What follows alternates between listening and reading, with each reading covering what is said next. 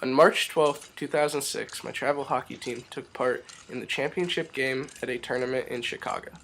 We were playing against the Kalamazoo Broncos, who had beaten us 2 days earlier in the first round of the tournament. I was pumped knowing we had one last chance to beat this team and prove to them what Columbus hockey is all about. But I didn't expect what would happen towards the end of the game. We battled back and forth, each team playing their hearts out for 35 minutes straight. Every chance, I would desperately glance up at the scoreboard, counting down the time and trying to hold our 3-1 lead. 1 minute was left in the final period, and one of the Broncos players was charging down the right wing on a breakaway. The puck started to slip off the toe of his stick, giving me the slightest opportunity to charge out and cover up the puck before the opponent could muster off a shot. I hesitated, then bolted out of my crease straight at the player with the puck. I slid on my belly, hugging the ice and wrapping myself around the puck. I've done this save plenty of times, but this time it would be different. A life-changing save. One of my defenders flew up behind the Kalamazoo player and checked the kid from behind.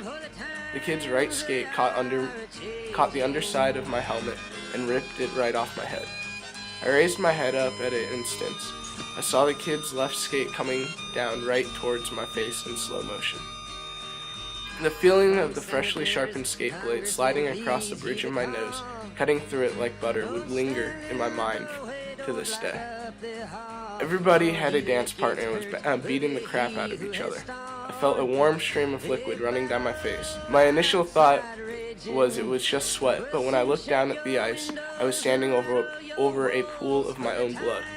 I quickly but calmly addressed the ref. "Sir, I think I'm bleeding." The man looked over at me, his jaw hitting the ground. He stuttered for a second, and then finally was able to call for a towel.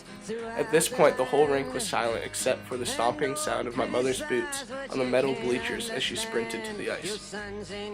My coach and the ref and my mother escorted me to the locker room, where I was stripped of my bloody equipment. An EMS crew stormed in not 2 minutes later, hoisting me up onto an unnecessary stretcher and wheeled me out as the final buzzer sounded to take home our third championship of the season.